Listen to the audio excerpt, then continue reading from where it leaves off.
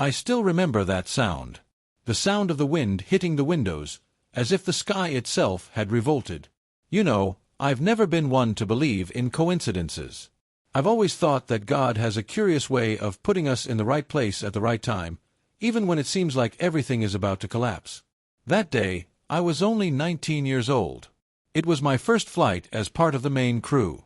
And, honestly, I just wanted to do everything right, smile at the passengers, and prove that I deserved to be there.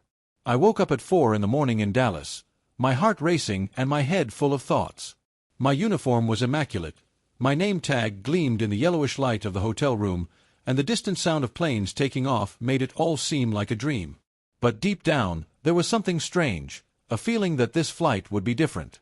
I tried to push the thought away with a short, silent prayer, asking for protection and courage. Before continuing, I want to say that I ask God to bless you with all His infinite love, giving you much health, peace, joy, and faith, because we can never lose faith in God, for He will never abandon us, because His love is eternal and infinite. I also take this opportunity to ask you to like the video and subscribe to the channel. This helps me a lot, thank you. That morning, the airport felt colder than usual. The smell of freshly brewed coffee mingled with the perfume of hurried people created a sense of urgency in the air. I observed each face, each smile, trying to convince myself that it was all normal, but there was something in the captain's eyes that unsettled me. He seemed distant, as if he carried an invisible weight.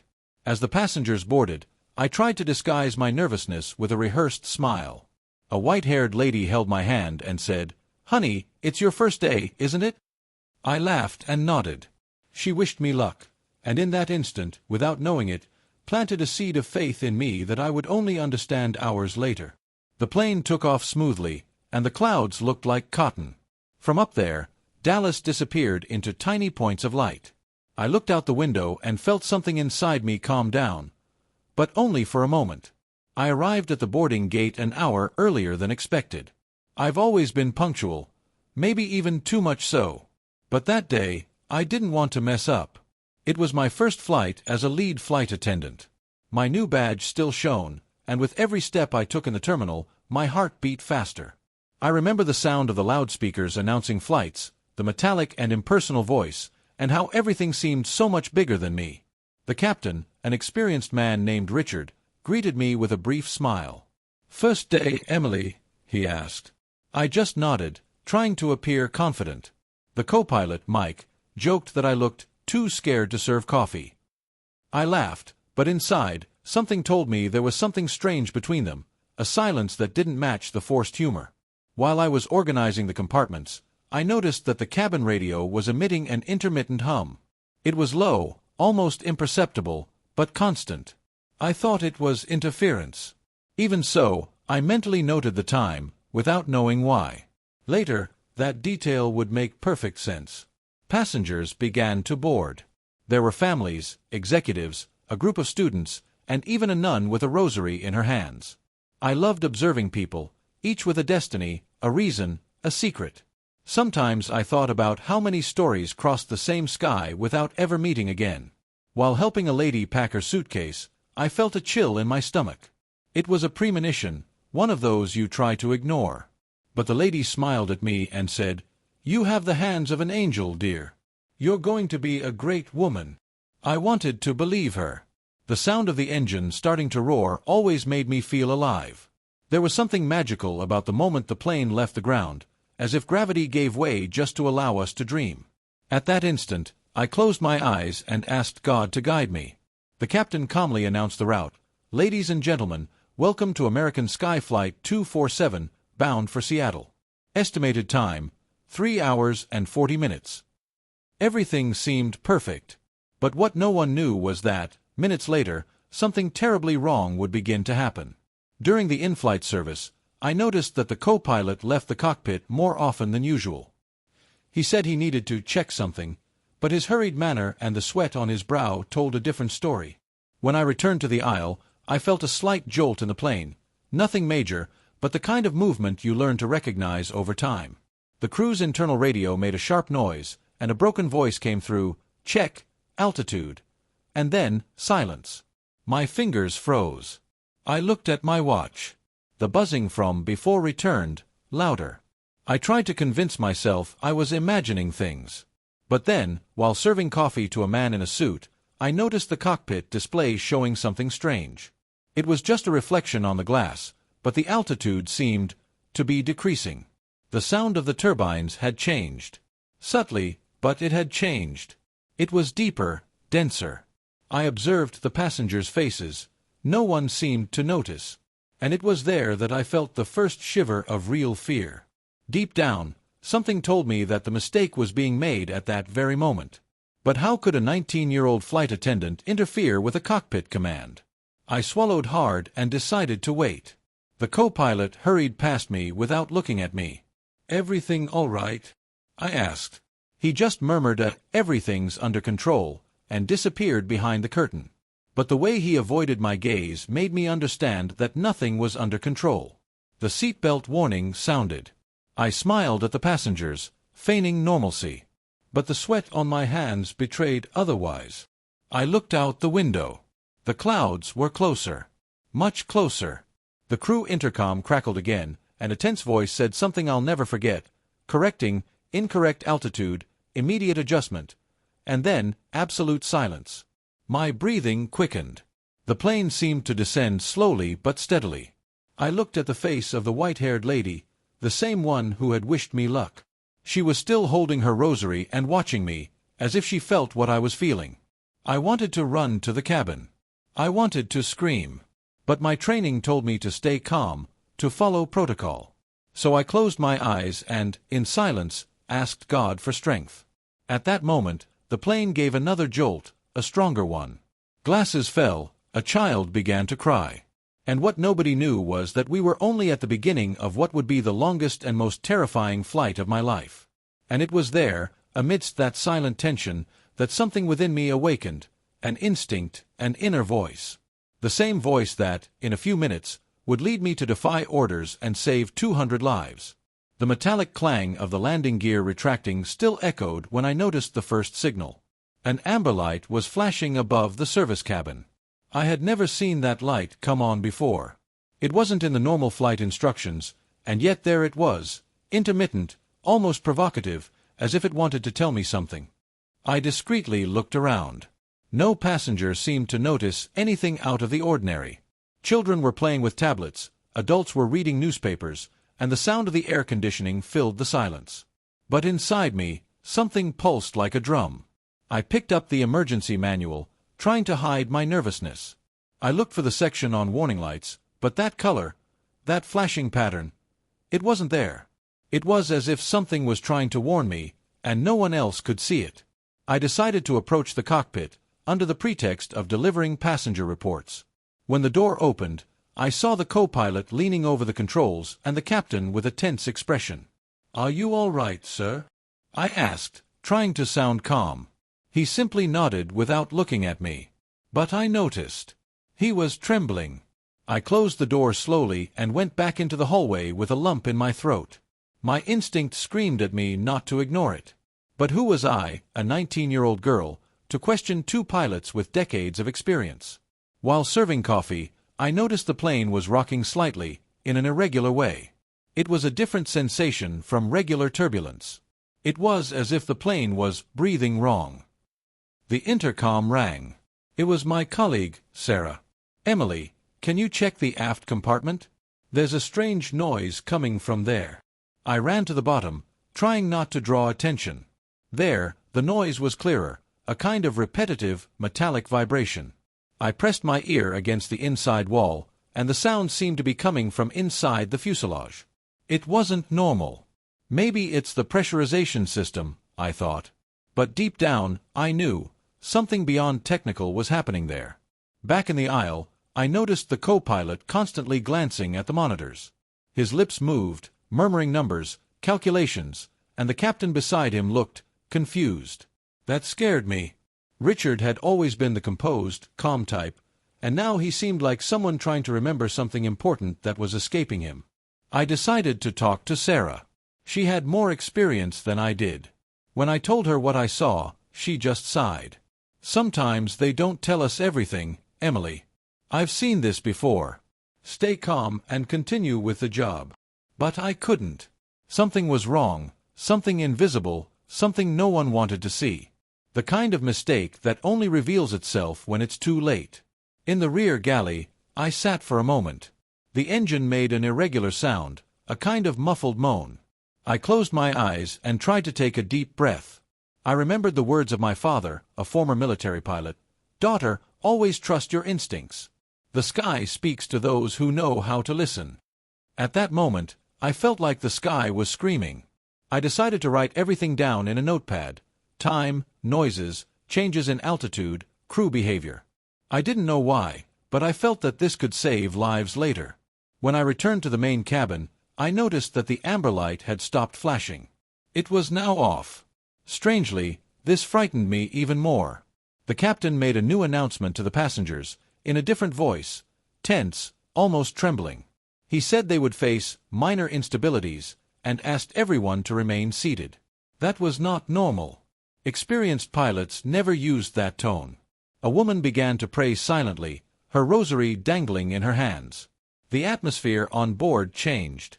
There was no more laughter, no more conversation. It was as if everyone felt the same as I did, an inexplicable fear. Minutes later, the co-pilot left the cockpit again. He passed by me without saying a word, but dropped a clipboard. When I bent down to pick it up, I saw a handwritten note, "Incorrect altitude, check reverse thrust." My heart froze. Wrong altitude. What did that mean? I ran to the galley and discreetly opened the service radio. I adjusted the volume until I picked up a fragment of the communication between the plane and the tower. I heard only one sentence, "Sky 247, you are well below a safe altitude." My whole body went into shock. That low? Huh? We were on a normal route. My throat went dry. I went to Sarah and told her what I'd heard. She looked at me, pale. "You must have misunderstood." But I hadn't misunderstood. I knew what I'd heard. At that moment, the cabin lights flickered slightly. The turbines changed color, and the air grew heavier. The passengers began to look around, uneasy. I looked out the window. The clouds were denser, and the sun was beginning to disappear behind a layer of gray. The sky, which had previously seemed like a shelter, now looked like a warning. I picked up the radio and, for the first time, thought about speaking directly to the captain. But before I could muster the courage, I heard a sound, a short, continuous beep. And Sarah's look told me everything. That wasn't a sound we should be listening to. Gradually, I realized that the fall wasn't a sudden accident. It was something that had been silently preparing itself, like an invisible trap that no one wanted to see. And what terrified me was not what I saw, but what I didn't yet know. The first hour of the flight was always my favorite part. Usually, it was the time when the plane was already stable, the in-flight service flowed naturally, and the sky offered that silent spectacle that made me love my job. But that day, something in the air was different. The horizon was too clear, without clouds, without wind, without that slight swaying that always accompanies altitude. It was a kind of calm that brings not peace, but apprehension. The sky seemed calm, too calm. I remember looking out the window and feeling a strange unease. The clouds, which normally move in gentle patterns, were standing still. It was as if time had slowed down. Even the sound of the engines seemed muffled. I grabbed a bottle of water and sat in the service row for a moment. Sarah walked past me, whispering, "Are you hearing that?"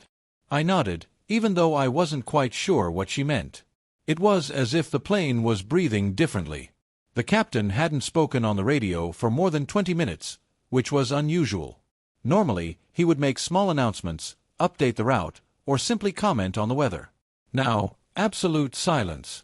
I looked again at the cabin temperature gauge. It was 2 degrees above normal. A small detail, but enough to set off an internal alarm in me. The system was compensating for something. But what? I decided to check the front compartment, where the safety equipment is located. When I opened the lid, a puff of hot air escaped. And inside, the metallic sound was back, louder. I touched the side of the dashboard. It was vibrating. "Sarah, call the captain," I asked, trying to keep my voice steady. But the intercom wasn't working. Just a constant hissing sound, like static. She ran to the main hallway and shook her head. No answer. The passengers began to notice the crew's discomfort.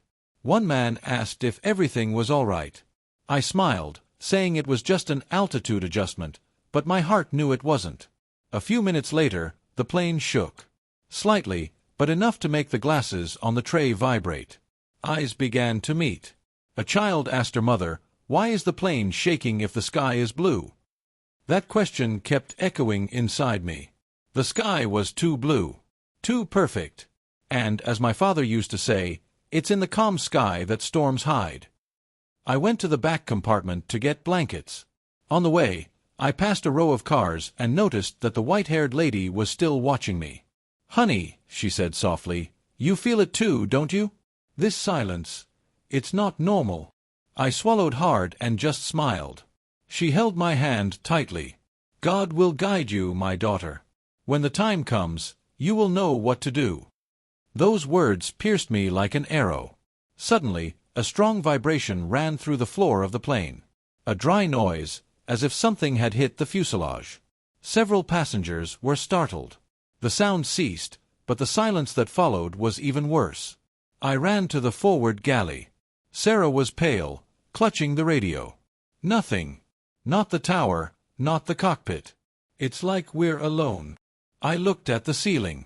The lights began to flicker slowly, one after the other, until they stabilized again. My heart was beating too fast. "What if there's a power problem?" I asked. Sarah looked at me with a fear I'll never forget. "Emily, if it were the power, we'd be in emergency mode. This is something else entirely." I went back into the aisle. The sky remained calm outside, but the ground beneath my feet vibrated intermittently. It was as if the plane was trying to talk to me. I looked at the cabin. The door was still closed. I knocked twice, but received no answer. The third knock was louder, and only then did I hear a sound coming from inside, something like a thud, followed by a heavy sigh. "Captain!" I called. No answer. My whole body shivered. I tried to open the door, but it was locked. Sarah came running and tried too. Nothing. On the other side, the silence was terrifying. It was at that moment that the oxygen masks dropped. One, then another like a waterfall. The metallic sound of the impact against the seats echoed in the cabin, and panic began to spread. Screams. Cries. The child who had previously asked about the sky was now calling for her mother. And I, with trembling hands, could only shout, "Masks! Put on your masks now!" Sarah ran to the intercom. Still nothing. I grabbed one of the masks, put it on, and tried to keep my balance as the plane jolted. That calm was just the prelude to chaos. The sky, which had seemed like a refuge, was now a trap.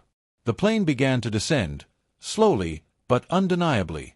The noise of the turbines changed again, and the sound became deeper. I looked out the window. The clouds were below us, but we were descending toward them. And fast. In the midst of despair, the white-haired woman was still praying. I could hear her words among the terrified voices. "Lord, protect every soul on this plane." I closed my eyes, took a deep breath, and asked for the same. There was no protocol that could prepare someone for that. And it was at that exact moment that I noticed the detail that would change everything.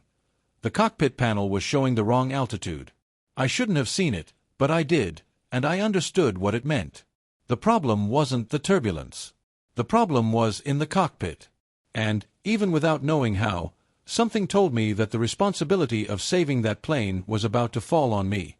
I'll never forget the moment I realized it. It was quick, like a flash, but enough to change everything. I was in the aisle, trying to calm the passengers, when I glanced at the cabin panel, through the small crack in the half-open door. The number there was flashing, 3,000 feet. It was impossible. We were much higher up before. My heart froze. That number meant only one thing. The plane was descending. But no one had announced anything. No warning, no communication. The captain hadn't said a single word. "Sarah, we need to go into the cabin," I whispered. She shook her head nervously. "We can't. It's against protocol." But there was something stronger than protocol at that moment. Instinct. The same instinct my father taught me to listen to. Suddenly, I heard the co-pilot's muffled voice over the intercom. Altitude. Correcting. 30. No. No. The sound faded into noise. That was enough for me to understand. They weren't in control. The plane vibrated again, more violently. The lights flickered, and the service cart slid down the aisle on its own. A tray fell and shattered on the floor. I couldn't ignore it any longer. I approached the cabin door and knocked hard. "Captain, is everything all right?" No answer. I tried again, louder. "Mr. Richard?" Nothing. Until I heard a dry thud, as if someone had dropped something heavy inside. "Emily, come back!" Sarah shouted, grabbing my arm. But I couldn't. Something inside me told me I needed to know what was happening. I picked up the galley radio and tried to call the cockpit on the emergency channel. "Cockpit, this is Flight Attendant Emily Carter. Can you hear me?" Silence. I tried again. Nothing. So, without thinking, I walked to the side window near the cabin. The reflection in the glass showed the panel partially visible. And there it was. The altitude indicator continued to descend, slowly but steadily. Could it be a reading error? A technical glitch? Or something worse? I decided to look for the crew's safety manual, the thick one kept in the forward compartment. As I frantically flipped through the pages, Sarah watched me, terrified.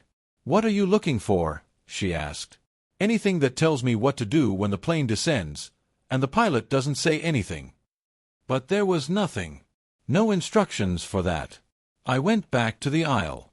The passengers were now whispering, restless. A child was crying. A man started filming with his cell phone. The white-haired lady was still praying, her lips trembling. I tried to smile, saying that everything would be all right. But deep down, my mind was spinning with questions. Why was the cabin silent? Why was the altitude dropping? And why did that sky, so beautiful and blue, seem to be swallowing us little by little? Then something even stranger happened. The co-pilot opened the cockpit door for just a second, enough to get out with a pale face, wide eyes, and a crumpled sheet of paper in his hands. When he saw me, he froze. "Mike, what's going on?" I asked. He hesitated, looked around, and replied in a low voice. The altitude setting was reversed. The pilot entered the wrong value on the panel. "Wrong how?" I insisted. He swallowed hard. He thought he was going up, but we were going down. My whole body froze. That simple, technical error, invisible to anyone who doesn't understand the dashboard, was pushing us to the ground. "But he can fix it, right?" I asked, trying to find hope. Mike looked away. "I already tried. The system isn't responding. We're trying to restart it." At that moment, a sharp noise filled the cabin. A continuous, deafening beep echoed through the speakers. The passengers began to scream. Sarah grabbed my hand. "Is that an emergency descent warning?" she asked. I didn't know how to answer. Mike ran back to the cabin and locked the door. I stood there, motionless, my heart pounding in my temples. Everything inside me told me this wouldn't end well. But still, a part of me believed that God wouldn't allow it. He couldn't allow it. I went over to the woman who was praying and knelt beside her. "Keep praying," I asked. "Please. Pray for all of us." She squeezed my hand and replied, "You will be the answer, dear. The Lord will use you." Those words gave me strength. I returned to my post, but now with my eyes focused on every detail, the sound of the engine, the warmer air, the faint smell of ozone that was beginning to spread. Everything indicated that we were much lower than we should be. I tried contacting the cockpit again. No response. Then I heard a whisper on the radio, a trembling voice. It sounded like the captain. "Control, reverse, locked, altitude," and then the sound faded. The plane lurched sharply. Masks flapped, the lights went out for a second, and a chorus of screams filled the cabin. I held tightly to the side of the door, trying to keep my balance. Outside, through the window, the clouds were now passing by too quickly. Far too fast. It was at that moment that I realized they were trying to correct the mistake, but they couldn't. The plane was actually in remains under control, or at least trying to be. And the scariest thing of all? I knew that if no one from the outside managed to make contact, there wouldn't be enough time. I looked up, took a deep breath, and whispered, "Lord, show me what to do." And then, something, an old, almost forgotten memory, began to surface in my mind. My father's words echoed, soft yet firm, "If one day you're in the air and something goes wrong, remember, the fault isn't always with the pilot. Sometimes it's in what he believes he's seeing." At that moment, I understood what I needed to do. I just didn't know how.as yet. The beeping sound wouldn't stop. It was like an electronic scream, insistent, tearing through the silence of the cabin. Each second felt like an eternity. I looked around and saw the fear growing in people's eyes. Children crying, adults praying, the air heavy, a fear you could almost touch. But, in the midst of that chaos, I felt something even more desperate, helplessness. I knew something was wrong and that no one was listening to me. And the worst part is that I had already tried to warn them.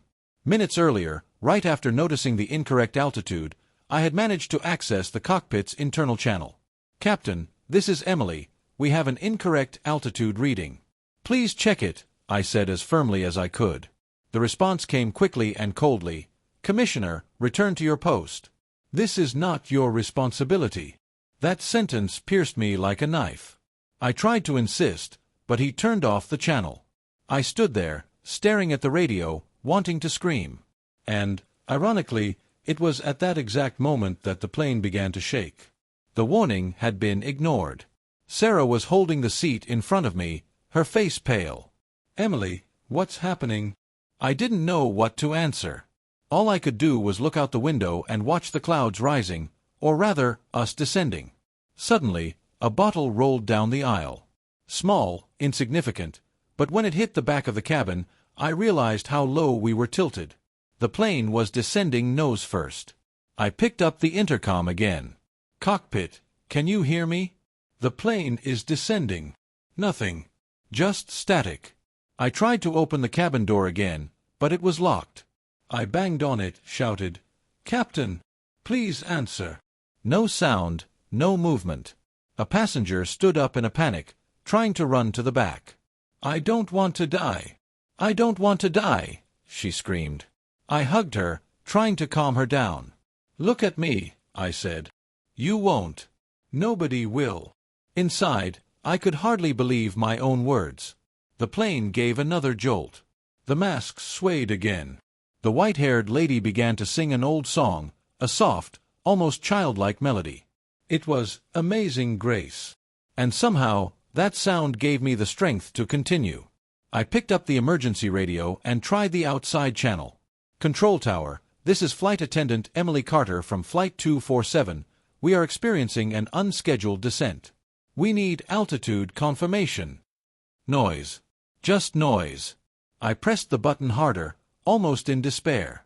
"Control tower, please respond."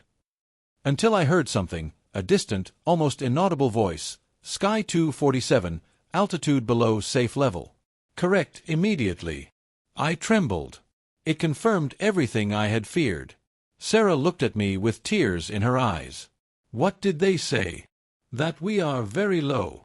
She put her hands to her mouth, trying to hold back tears. "But they are correcting them, aren't they?" I wanted to answer yes, but I couldn't. Because I knew they weren't. I looked out the window again. The blue of the sky was getting darker. It wasn't dusk. It was density. We were entering a heavier layer of air, closer to the ground. The sensation of gravity intensified. It was as if my body weighed more. The passengers began to grip their seats tightly. And I realized that time was running out. I tried opening the internal channel again. "Captain, please listen to me. The altitude is wrong. You need to check." This time, the voice that answered wasn't his. It was the co-pilot's. "Emily, everything is under control. Return to your seat." But the tone of his voice gave me the creeps. It was a forced tone, as if he were saying what he had to say, not what he believed. I took a deep breath and said, almost in a whisper, "With all due respect, sir, it's not under control." Silence. Then, a metallic cracking sound echoed. Something inside the cabin had broken, and the plane began to fall faster. People were screaming. I didn't know where to hold on. The service carts tipped over. The noise was deafening. And, in the midst of it all, the white-haired lady continued singing. Grace, how sweet the sound! Her words cut through the panic, like a reminder that there was something bigger there. Something beyond technology, beyond human error. Something divine. I closed my eyes and asked God to show me what to do. And suddenly, an old memory came flooding back. I was just 8 years old, sitting on my father's lap, watching a flight simulator. Daughter, he would say, the most dangerous mistake is the one the pilot believes he is not making. I opened my eyes. It was like a snap. The error wasn't technical, it was human. The captain believed he was climbing. He didn't see the wrong panel. He trusted in it. I knew I needed to act. But how could I do that without access to the cabin? I ran to the emergency compartment, grabbed the manual communication kit, and activated the override system, a direct line to the cabin sound panel, used only as a last resort. His voice echoed back, tired, confused. Who's speaking? It's me, Emily. The altitude is reversed. We're going down, not up. Silence. Too long. Commissioner, he said finally, you don't understand. The instruments are correct. No, sir. They know they are. I'm looking at the reading from the auxiliary booth. The number is dropping. Another silence. Then, a word. Impossible. And it was there, amidst that unlikely dialogue and the sound of the plane groaning under pressure, that I realized the lives of 200 people depended on convincing a man who didn't want to listen. An invisible mistake. A warning that went unnoticed. And time, cruel as it is, slipping away like sand through our fingers. The alarm sound became a continuous roar. Lights flashed like lightning trapped inside the plane, and the air vibrated with fear. I felt gravity pulling my body down, my stomach rising to my throat. The plane was really going down. For a moment, time seemed to stand still. I saw faces distorted by panic, mouths agape in screams that the sound of the engines drowned out. Sarah gripped the seat so tightly that her knuckles were white. The white-haired lady was still singing, but now her breath was broken by shortness of breath. The oxygen masks swayed. The air grew thick, dry, and sharp. The roar of the turbines turned into a metallic howl. And yet, despite all of that, a strange calm began to take hold of me. A feeling that I needed to act, now. I ran to the emergency compartment and grabbed the secondary radio. Control tower, this is Flight Attendant Emily Carter from Flight 247. We are on an unscheduled descent. Please respond. I shouted, my voice trembling. Nothing. Just static. The plane shook. Cups, suitcases, everything flew. The ceiling vibrated. And suddenly the lights went out completely. We were enveloped in a darkness that seemed endless. Only the screams, the prayers, and the metallic sound of the wind cutting through the fuselage remained. Emily! I heard Sarah shout. What do we do? I looked around, trying to keep my balance. Hold on tight. And pray. Pray as hard as you can. I replied. Amid the chaos, the radio crackled.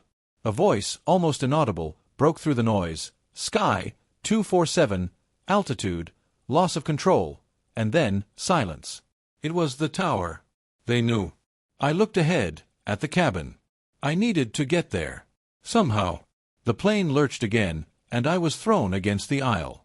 I felt the cold metal of the floor and tasted blood in my mouth. But I didn't stop. I crawled to the cockpit door and banged on it. Captain! For God's sake, open this door. Nothing. No sound. Suddenly, the latch moved. The door opened a few inches, and I saw the co-pilot, his face covered in sweat, his gaze lost. Get back to your seat, he shouted. I can't. I replied. You're landing. I saw the instrument panel. He hesitated. The altitude is stable, he lied. And I knew it was a lie because I felt the weight on my body, the pull of gravity that only comes when a plane dives. Please, I pleaded, let me see the dashboard. He closed his eyes, took a deep breath, and let me in. The scene was a nightmare. Captain Richard was unconscious, his head slumped to the side, his body strapped into his seatbelt. The instrument panel flashed red. One of the instruments trembled, and the main display spun erratically. "My God!" I whispered. The co-pilot was desperately trying to restart the system, pressing buttons, turning levers, but nothing responded. "The control is locked." "I've tried everything," he said, breathless. "Then turn off the autopilot." I yelled. "I already turned it off." "Don't answer." The plane vibrated more violently. The ground shook. Through the cockpit windows, the blue sky had vanished. Only gray clouds remained, swirling like a whirlwind. I grabbed the auxiliary radio and yelled, "Mayday! Mayday! American Sky Flight 247. Total loss of altitude. We need immediate assistance." The co-pilot looked at me, startled. "You're crazy." "It's crazy to stay silent," I replied. At that moment, something snapped inside the cabin. The plane tilted sharply forward, and we were both thrown against the instrument panel. I felt the seatbelt cut into my shoulder, the sound of the wind growing louder, sharper. I looked at the dial. 2,000 feet. A second later, 1,700. We were in freefall.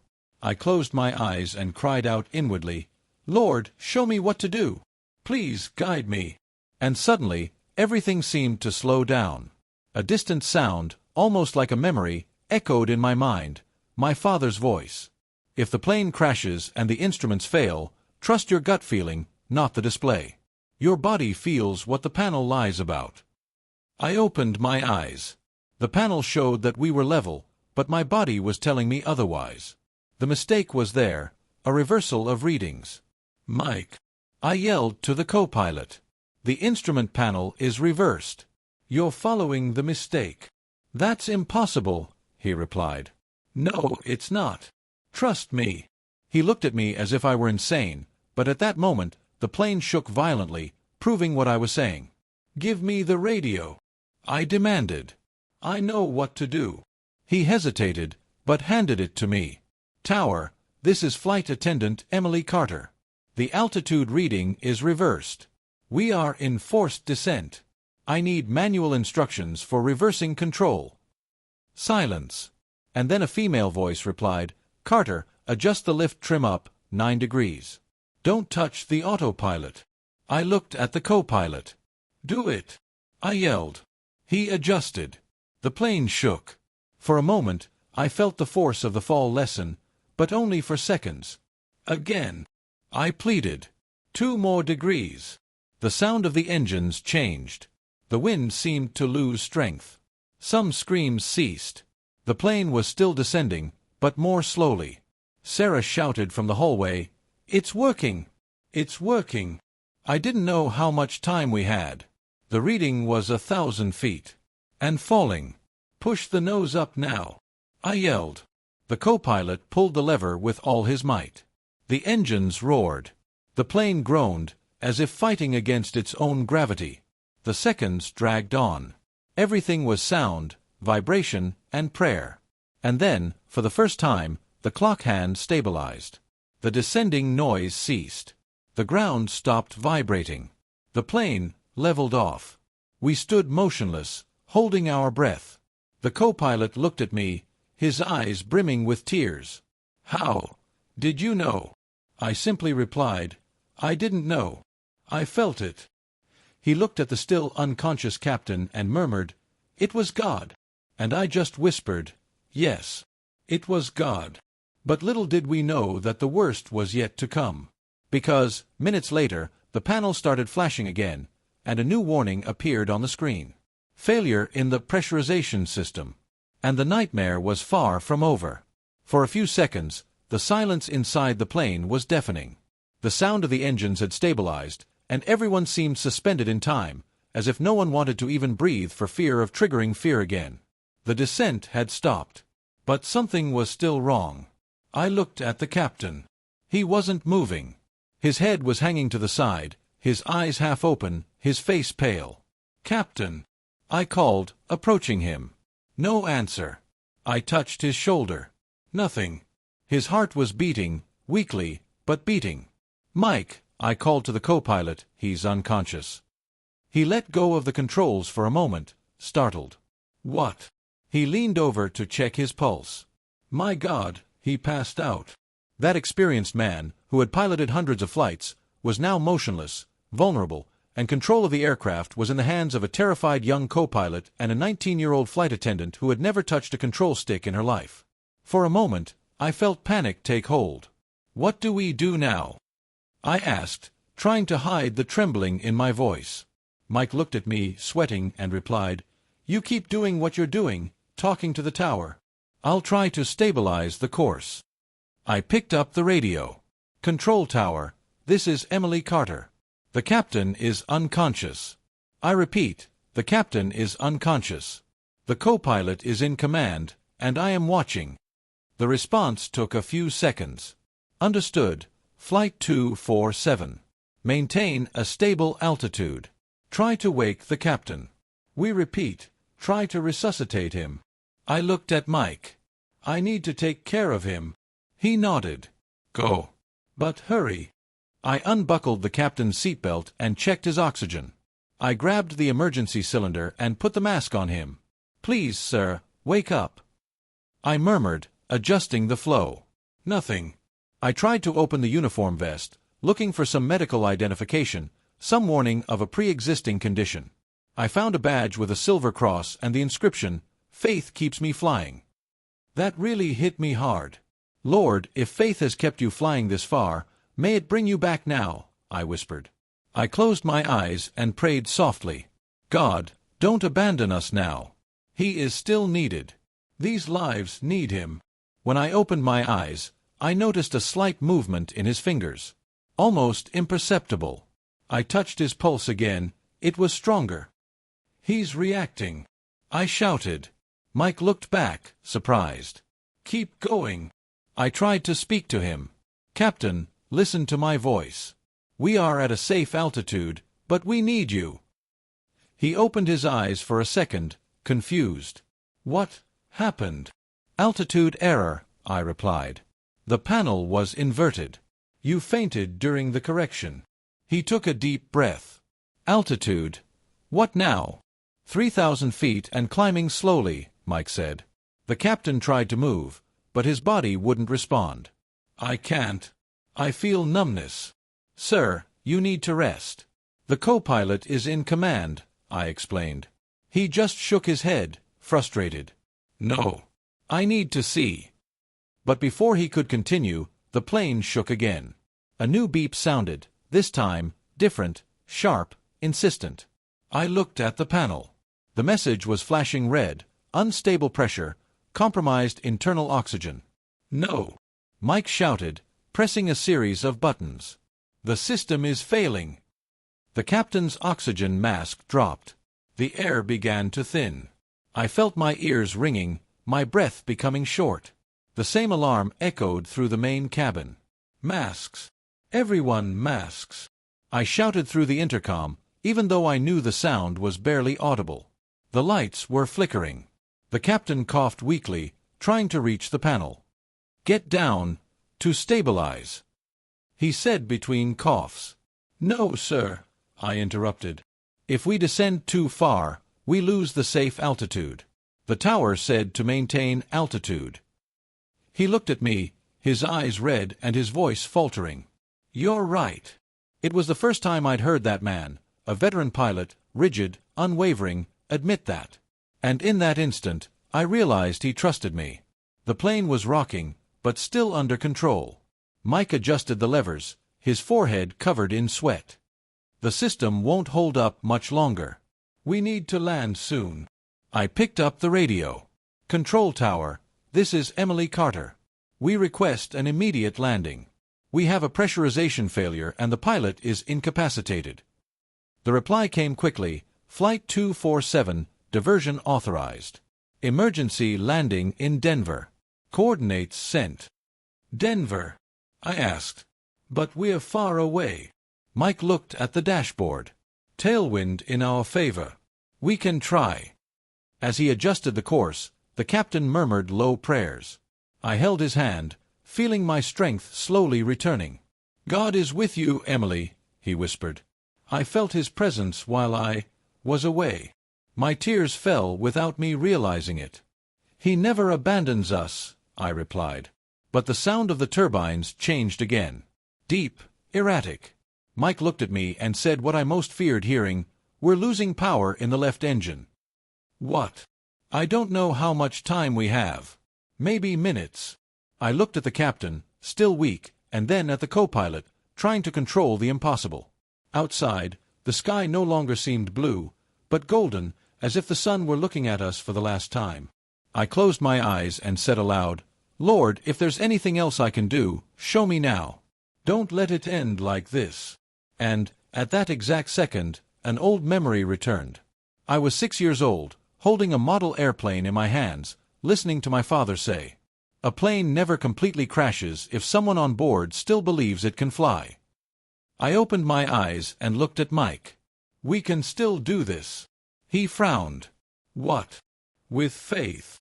And, for the first time since the beginning of the downfall, he smiled. The air in the cabin smelled of metal and despair. With each passing second, the sound of the turbines seemed weaker, more erratic. Co-pilot Mike was trying to stabilize the plane, but the instrument panel flashed with messages that seemed to scream, "Failure! Failure! Failure!" The captain, still weak, struggled to stay conscious, his eyes fixed on the trembling horizon before us. I could see the sweat trickling down his forehead. Oxygen was scarce, time short. And outside, the mountains began to rise, gigantic, merciless, like walls erected by the sky itself. "Denver is less than 50 miles away," the tower reported. "You can make it. Maintain a stable altitude." But it wasn't stable. The plane was losing power. Every minute, it descended further. Mike looked at me with wide eyes. "If we lose the second engine, there's nothing we can do." I took a deep breath. "There is something we can do, yes." I went to the side compartment of the cabin, where the emergency systems manual was kept. I picked up the heavy volume, frantically flipping through it.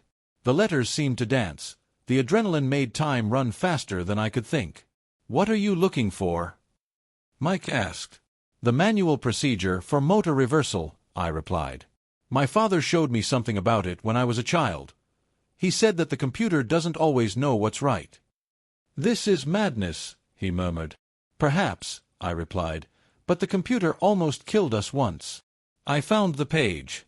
The text was technical, but I remembered the logic. Adjust the fuel intake, open the manual airflow, reduce torque on the right engine, and restart the left one by alternating pressure. Mike looked at me, incredulous. "You want me to turn off the engine right away? If you don't try, the left one will go out on its own."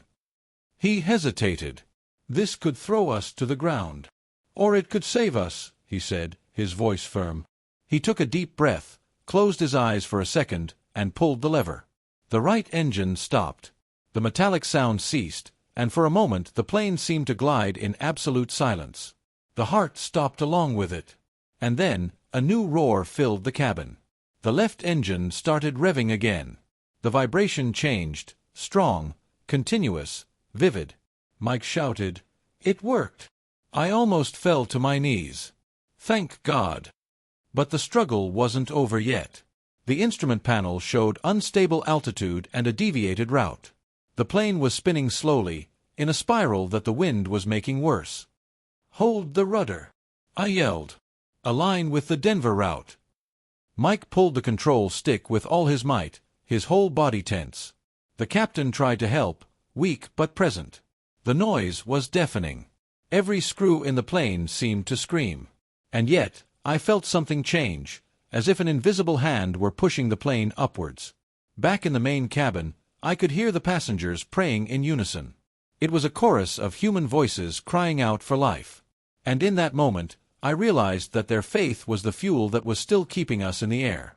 The white-haired lady was somehow still standing, leaning on the bench, singing the same hymn. "Amazing grace, how sweet the sound!" The sound traveled through the walls, filling the space between fear and hope. I closed my eyes for a moment and whispered, "Lord, if it is your will, let this plane fly again." When I opened my eyes, the panel flashed green. Stabilization was returning.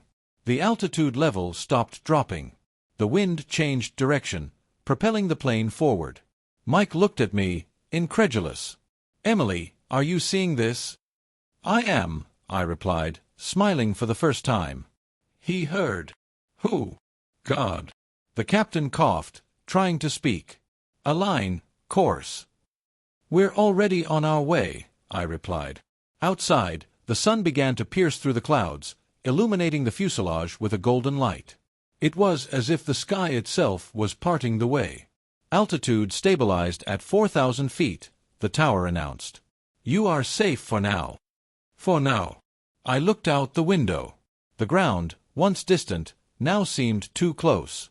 Fields, rivers, small houses. It was a cruel reminder of how thin the boundaries are between heaven and earth. I picked up the radio and spoke in a firm voice. "This is Flight Attendant Emily Carter, reporting that the left engine has been manually restarted. We have begun our approach course to Denver."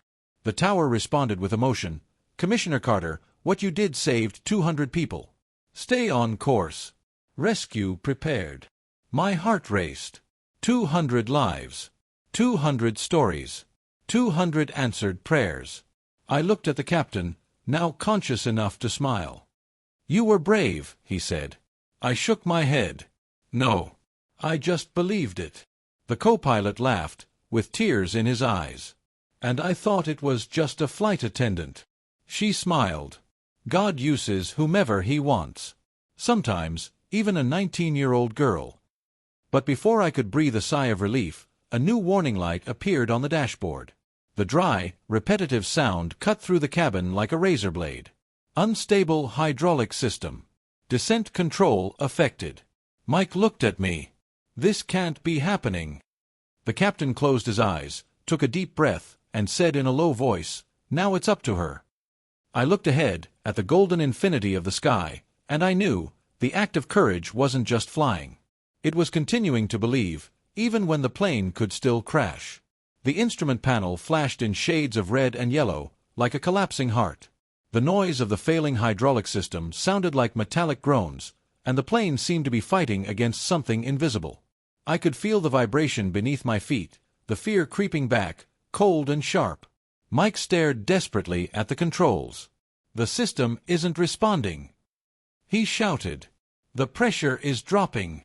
The captain, still pale, tightened his seatbelt, watching every movement. "If we lose hydraulics, we lose control of the wings." Down below, the Colorado mountains rose in dark, snow-covered blocks.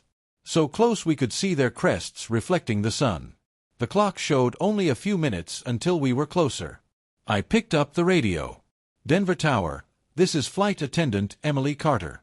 We have a hydraulic failure and the pilot is incapacitated. We request a priority emergency landing." The response came in seconds. "Understood. Flight 247. Immediate landing authorized. Runway 34 ready. Ground crews awaiting." Mike took a deep breath. "Let's try. If the wings get stuck, it's going to be tough." I looked at him.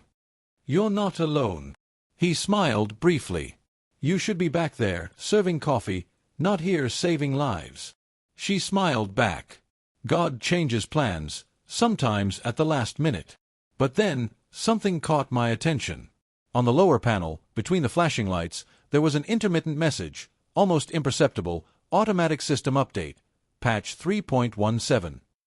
I froze. "Mike, what update is this?" He frowned. "That shouldn't be there. The 737-9 model doesn't use patch 3.17. That system was discontinued after the accidents 2 years ago." My blood ran cold. I remembered those news reports, planes crashing due to software errors. The same type of glitch that reversed altitude commands. The same type of error we had just experienced. "Are you saying that this plane was running a faulty update?" I asked, my voice trembling. Mike stared at the panel in disbelief. "This wasn't supposed to exist. It's been removed from all systems." The captain tried to speak, his voice weak. "The company didn't update the panels. They used the old system to save on maintenance." We remained silent. The mistake wasn't human. It was a corporate error. The software, That forgotten patch was the real culprit. It had reversed the altitude controls and confused the pilot, making him believe he was climbing when, in fact, he was plummeting. I closed my eyes and felt a mixture of anger and relief. Anger at the negligence. Relief because the captain hadn't been at fault. He was a victim too. "My God," I murmured. "It was like that all along. The error was in the system." Mike punched the panel. "They knew. And they put 200 lives in here with this." The captain shook his head, tears in his eyes. "They think they can play games with heaven." Anger gave me strength. "Not today," I replied.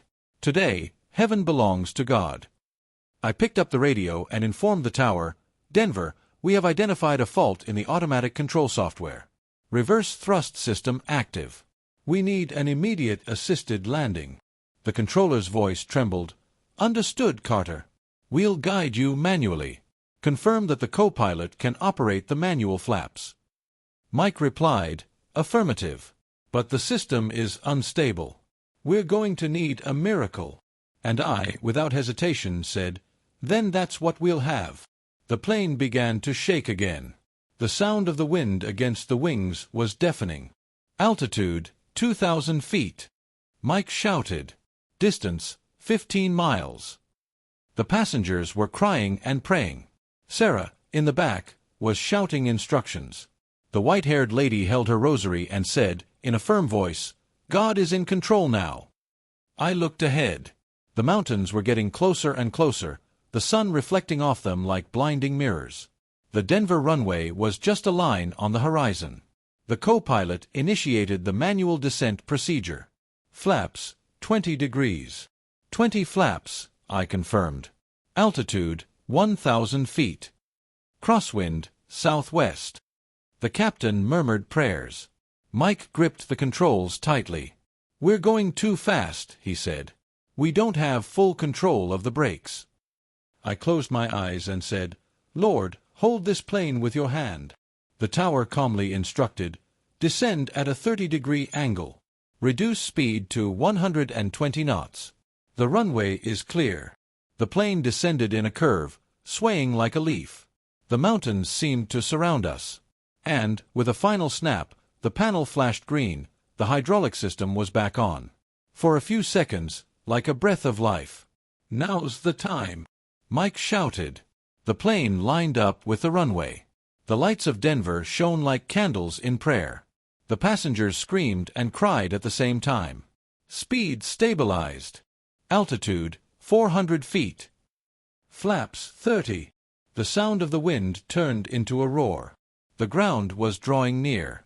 I held the captain's hand and whispered, "Let's land. God is with us." The wheels hit the ground with a sharp thud. A collective scream echoed. The plane bounced, swayed, but remained intact. The right engine emitted smoke, but the fuselage held firm. "Handbrakes," Mike shouted. "Dirigible," I replied. And when the plane finally came to a stop, absolute silence fell. For a few seconds, nobody believed it. Then, like a miracle, applause began. Tears. Laughter. Hugs. The captain was crying. "I thought it was my mistake," he said.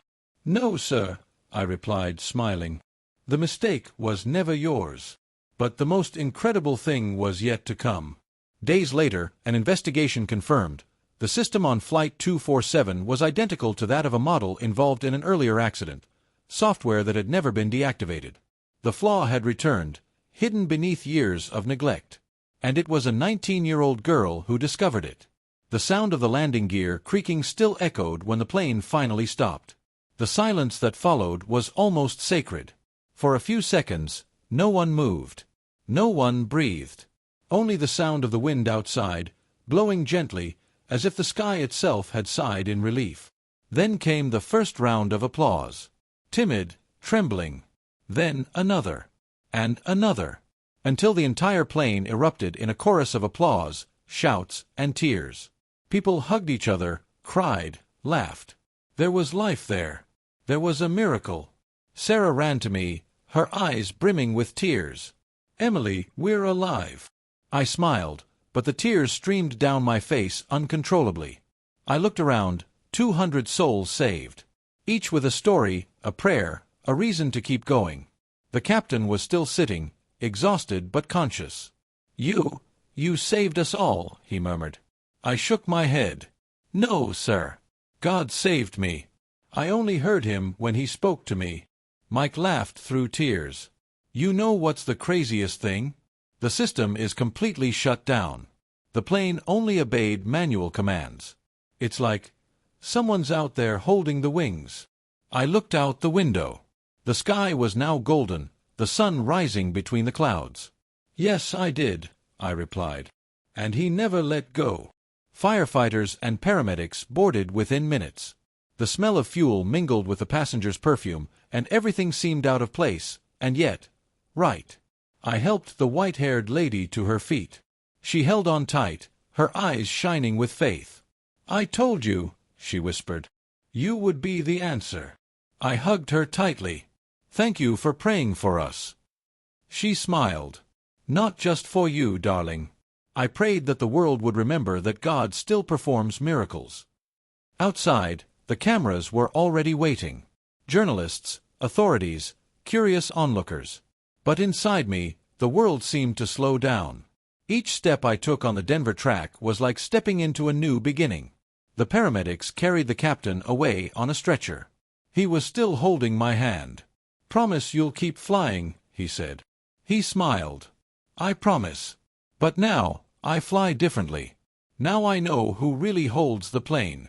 Hours later, in the press room, the lights flickered, microphones blared, flashes went off, and one question kept being repeated. How did a 19-year-old flight attendant manage to do what experienced pilots couldn't? I replied in a trembling but firm voice. "I didn't do it alone. God gave me discernment and courage. When no one listened to me, it was He who told me to persevere." The journalist insisted, "But what did you feel at that moment?" Smile. His presence. And one certainty, when all seems lost, it's because God is about to act. After the interview, I walked alone to the now empty runway. The sun reflected off the metal of the plane, and the wind gently brushed my face. I closed my eyes and silently gave thanks. "Thank you, Lord, for every life saved, for every prayer heard, for every second that you sustained our wings." The tower called me on the radio. "Carter, do you want to hear something beautiful?" "Yes," I replied. The sound of the black boxes. At the most critical moment, there's a female voice saying, "God, show me what to do." And then, the plane begins to stabilize. I swallowed back tears. It was my voice. "Then," said the tower, "I think he heard you." He smiled, gazing at the horizon. He always listens. Always. In the following days, the entire country talked about the miracle of Flight 247. Headlines in every newspaper, tributes, medals. But none of that mattered to me. What mattered was knowing that God was still present in the world, in small decisions, in moments of panic, and even inside a crashing plane. I flew again months later. On my first flight, before takeoff, I closed my eyes and said the same prayer I had said that day. "Lord, guide my hands, my steps, and my heart. And if heaven wants to test me again, may I have enough faith to believe that you are the pilot." As the plane ascended, I looked out the window. The clouds seemed the same, but I was no longer the same girl.